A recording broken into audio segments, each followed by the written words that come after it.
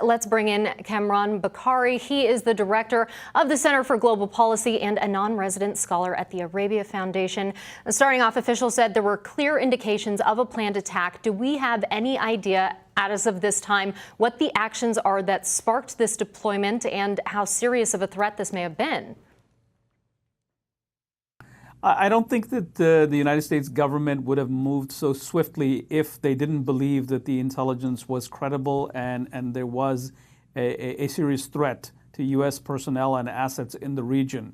As for what the Iranians could strike, the report suggests that maybe Iranian proxies in Iraq, Shiite militias, could attack U.S. troops that were sent to Iraq to fight ISIS.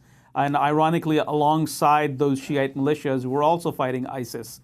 So there's that. There's some mention of using, other assets, perhaps, Hezbollah, to stage attacks elsewhere in the region.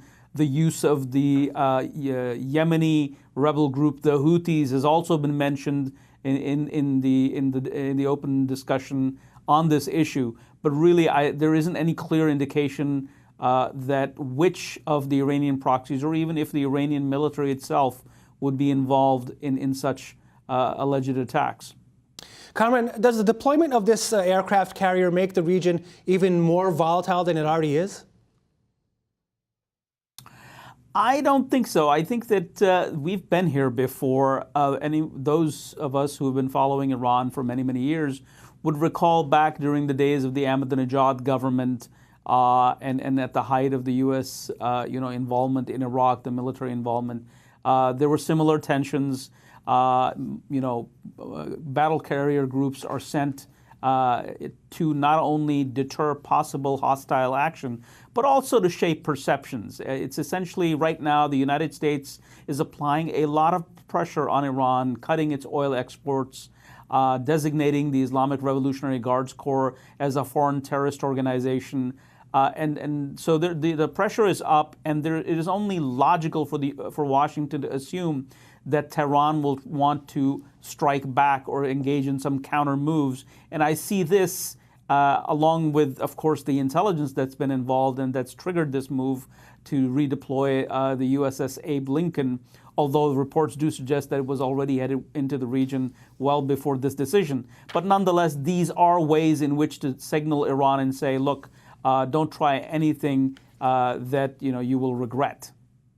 So would you say this is a deterrent? Is it, the White House just ratcheting up pressure even more on Iran? Is it both? I think it serves multiple purposes. It serves as a credible deterrent.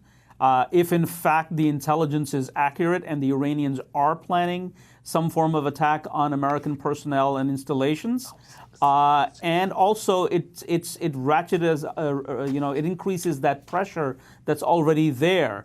But of course, there's always the problem with increasing pressure is that it could lead to misperceptions on the part of the Iranians and a miscalculation, and you would end up causing a conflict that you were trying to deter in the first place. I mean, National Security Advisor John Bolton clearly stated that we're not seeking war with Iran. We just want them to know that if they're planning any action, that there will be a swift and heavy response.